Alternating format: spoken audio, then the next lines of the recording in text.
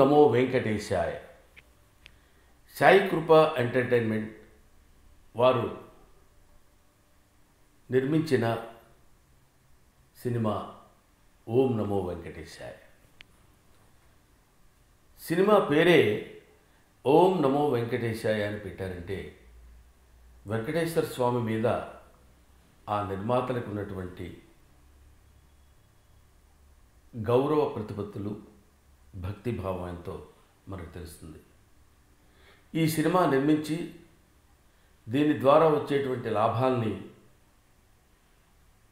విపరీతంగా ఎంజాయ్ చేద్దామనేటువంటి ఆలోచనతో కాకుండా స్వామి మీద ఉన్న కేవలం భక్తిభావంతో ఒక అద్భుతమైనటువంటి సినిమా తీసి స్వామివారి యొక్క మహిమని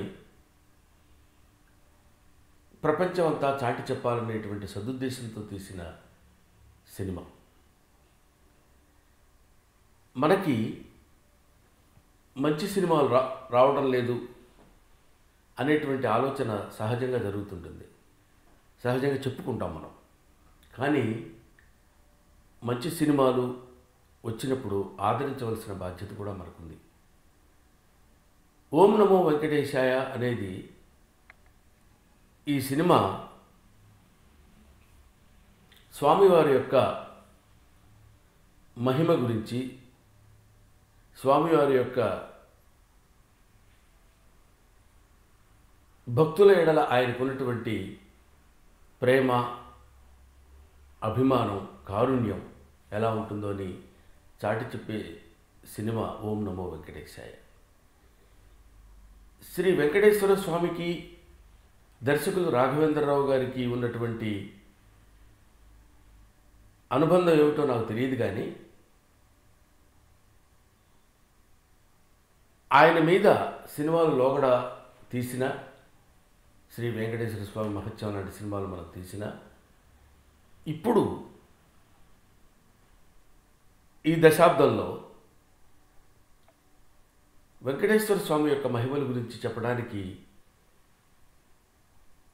అతి సమర్థుడైనటువంటి దర్శకుడు శ్రీ కె రాఘవేంద్రరావు గారు. ఆయన సమర్థుడు అని నేనిచ్చే సర్టిఫికేట్ కంటే స్వామివారే ఆయనకు ఆ రకమైనటువంటి అర్హతను కల్పించి, నా మీద నువ్వు సినిమా తీ, నా మీద నువ్వు సినిమాలు తీసి నీ ప్రాచుర్యాన్ని పెంచుకుంటూ నీ భక్తిభావాన్ని నాకు అంకితం చేసుకో అనేటువంటి ఆజ్ఞానుసారం చేసిన సినిమాల్లాగా అనిపిస్తాయి. ఒక అన్నమయ్య, ఒక ఓం నమో వెంకటేశాయ. ఆయన దర్శకత్వం వహించిన సినిమాలన్నీ ఒక ఎత్తు. కామిగానివాడు మోక్ష కామిగాడు అన్నట్టు ఆయన ఎంతో శృంగారభరితమైనటువంటి సినిమాలు తీస్తాడు. ఆయన ఎంతో శృంగారభరితమైన సినిమాలు తీస్తారు. ఆయన దానికి ప్రత్యేకత కలిగినటువంటి దర్శకుడు అని ప్రతీతి కలిగినటువంటి దర్శకుడు. ఒక్కసారి అద్భుతమైనటువంటి సీతాకోకచిలుక రూపంలో వచ్చి భక్తిభావంతో స్వామి మీద ప్రతివాడికి దేవుడు అనేటువంటి భావన, దేవుణ్ణి నమ్ముకుంటే కలిగేటువంటి ఆధ్యాత్మిక భావన, మోక్షప్రాప్తి ఎలా జరుగుతుందనేటువంటి విషయాన్ని విశదీకరించి చెప్పడానికి పూనుకున్నటువంటి కలియుగ వైనతేయుడు దర్శకేంద్రుడు రాఘవేంద్రుడు.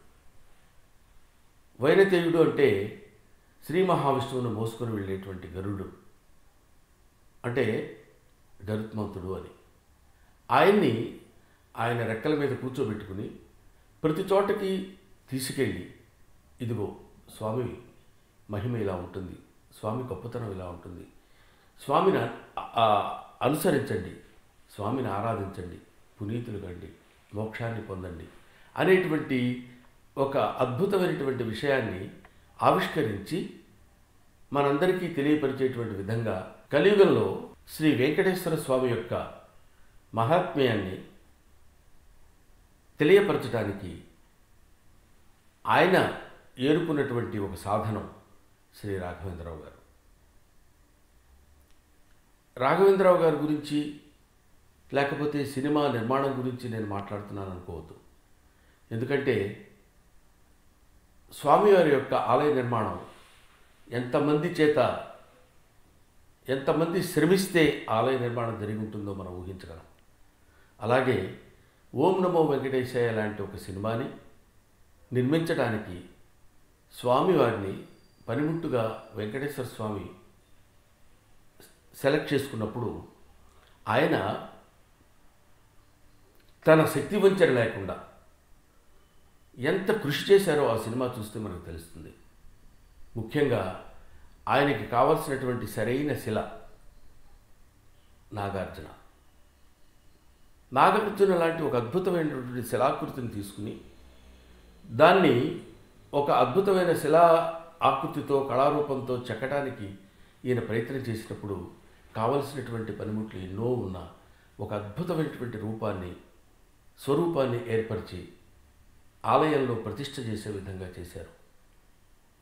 అలాంటి ప్రతిష్ఠించడానికి అనుకూలమైనటువంటి సాధనం వెంకటేశ్వర స్వామి రాఘవేంద్రరావు గారిని సెలెక్ట్ చేసుకుంటే రాఘవేంద్రరావు గారు నాగార్జున గారిని సెలెక్ట్ చేసుకోవడం ఇంకా అద్భుతంగా ఉంది.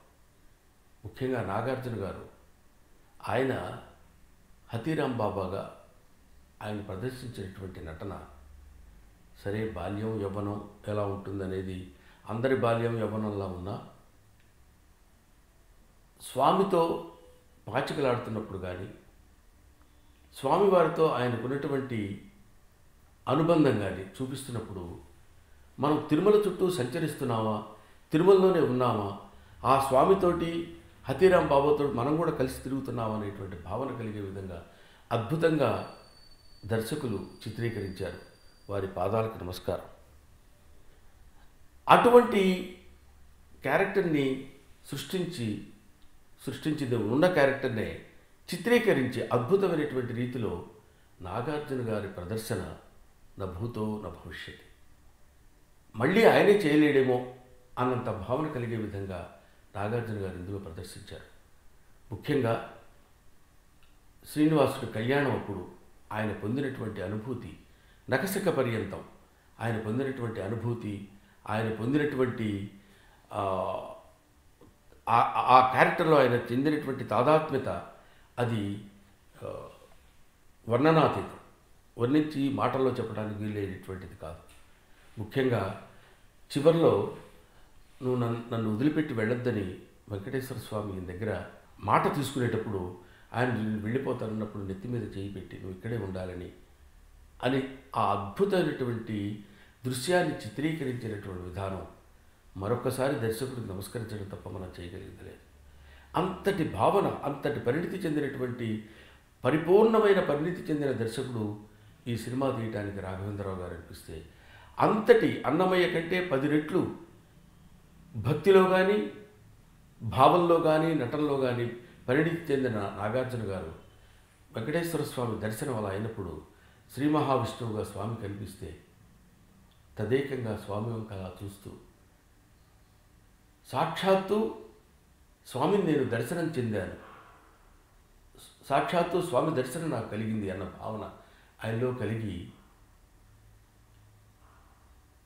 తదేకంగా స్థాణువై నిస్తేజంగా అలా చూసి ఆయన అభినయించినటువంటి తీరు అనిర్వచనీయమైంది.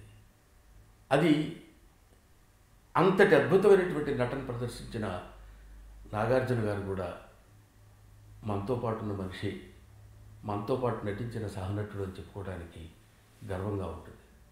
అంతటి అద్భుతమైనటువంటి నటన ప్రదర్శించారు నాగార్జున గారు. దర్శకులకి ఏం కావాలి, ఎంత కావాలి, ఎంతవరకు ఆయన మనసులో దూరి ఆయనకి ఏం కావాలో అది తీసుకొచ్చి పెట్టగలిగినటువంటి పరమభక్తుడు నాగార్జున గారు. నాగార్జున గారితో పర్సనల్గా నాకున్నటువంటి అనుభవం 30 ఏళ్ల క్రితం ఆయనతో చిన్నబాబు సినిమా చేసేటప్పుడు నాస్తికుడు ఆయన, ఏముందండి దేవుళ్ళు ఇవన్నీ అని మా ఇద్దరి మధ్య డిస్కషన్స్ కూడా జరిగాయి.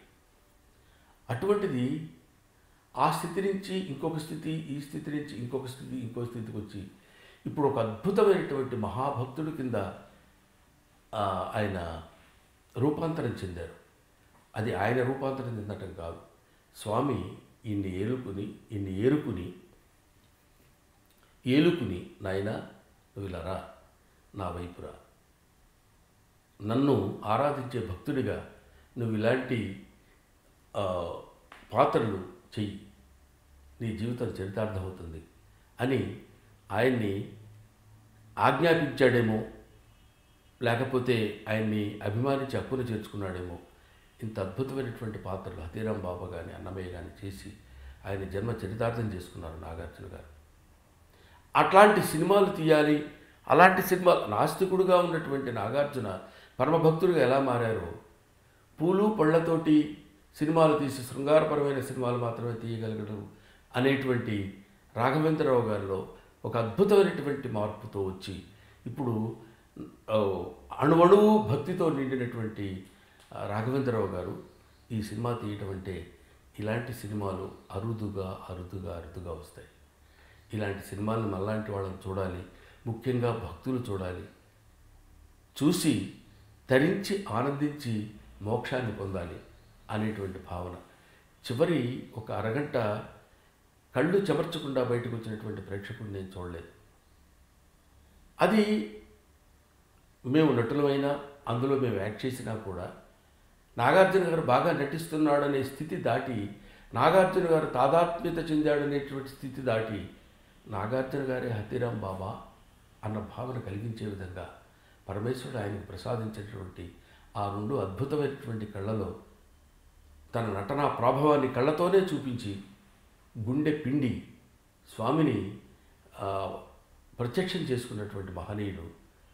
ఆయన జన్మ చరితార్థం, ఆయన జన్మ పునీతమైందని చెప్పొచ్చు నాగార్జున గారు. అటువంటి సబ్జెక్ట్ తీసుకుని దాన్ని అందరికీ అందుబాటులో, స్వామి కృప అందరికీ ఉండాలి అనేటువంటి ఆలోచనతో రాఘవేంద్రరావు గారు తీయటమైనా ఇది నా భూతో నా భవిష్యత్తు. ఇది ఊరికే నాకు వచ్చిన మాట కాబట్టి గబుక్కున్న భూతో నా భవిష్యత్తు అన్నామని కాదు. మీరు ఒకసారి ఆలోచించుకోండి. ఇంతటి భక్తి భావాన్ని, అంత భక్తిని పిండి ఒక చోట ఏర్పరిచినటువంటి పాలు కరగబెట్టినట్టు కరుడు గట్టిన తర్వాత పాలకోవా ఎలా తయారవుతుందో అంతటి అద్భుతమైనటువంటి భక్తి రసం యొక్క పరాకాష్ఠకు తీసుకెళ్లారు ఈ సినిమా ద్వారా. ఓం నమో వెంకటేశాయ. సరే, ఈయన బాగా దర్శకత్వం చేసి ఉండొచ్చు, ఆయన బాగా నటించి ఉండొచ్చు. ఇలాంటి సినిమా తీయాలి అనేటువంటి భావన కలిగిన మహేశ్వర్ రెడ్డి గారు,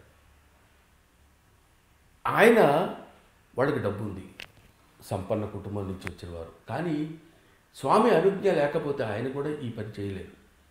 స్వామి అనుజ్ఞతో ఈ సినిమా తీసి ఎప్పటి నుంచో సీనియర్ కెమెరామెన్, ఆయన ఛాయాచిత్ర దర్శకుడు గోపాల్ రెడ్డి గారు ప్రతి ఫ్రేమ్లో ఆహా అనే విధంగా అది చాలా బాగుండటం వేరు, హీరోయిన్స్ చూసేటప్పుడు బాగుండటం వేరు, అక్కడ వాళ్ళిద్దరిని చూపించే విధానం వేరు. భక్తి తత్వంతో ఆయన చూపిస్తున్నప్పుడు ప్రతి ఫ్రేమ్లో ఆయన కూడా కొంత భక్తి రసాన్ని ఆయన ఫ్రేమ్లో పోసాడు అనేటువంటి భావన గోపాల్ రెడ్డి గారు. ఇలా అందరూ కలిసి నిర్మించినటువంటి ఒక అద్భుతమైన చిత్రం ఓం నమో వెంకటేశాయ. ఇలాంటి చిత్రాలు మనం విధిగా చూడాలి. ఎందుకు చూడాలంటే అలాంటి సినిమాలు చూడటం వల్ల పుణ్యం, పురుషార్థం రెండు ఏర్పడతాయి కాబట్టి. ఇక్కడ వైనతేయుడు అంటే చిన్న పక్షి అనుకోవడానికంటే పక్షి జాతికి చెందినటువంటి, ఇదిగో నాలాంటి వాడిని, ఓ బ్రహ్మానందం, ఒక పృథ్వీ, ఓ రావు రమేష్, ఒక రఘుబాబు, ఆదిగా కలిగిన ఒక వెన్నెల కిషోర్ లాంటి చాలామంది నటీనట్లు వాళ్ళు, అందులో ఉన్న వాళ్ళు ఎవరో తెలియదు, మా కామెడీ కుటుంబానికి సంబంధించినంతవరకు చెప్తున్నా. ఇలాంటి చిన్న పుల్లల్ని, చిన్న పుల్ల ముక్కల్ని ఏరి దాన్ని ఒక అద్భుతమైనటువంటి గిజిగాడు గూడులా చేసి దానిలో ఒక చిన్న మిడుగురు పువ్వుని పెట్టి కాంతివంతంగా చేర్చి అందులో నుంచి బయటకు వచ్చి విహరిస్తున్నటువంటి ఆ పక్షిరాజమే శ్రీ కె రాఘవేంద్రరావు గారు. ఆయన జన్మ చరితార్థమైంది.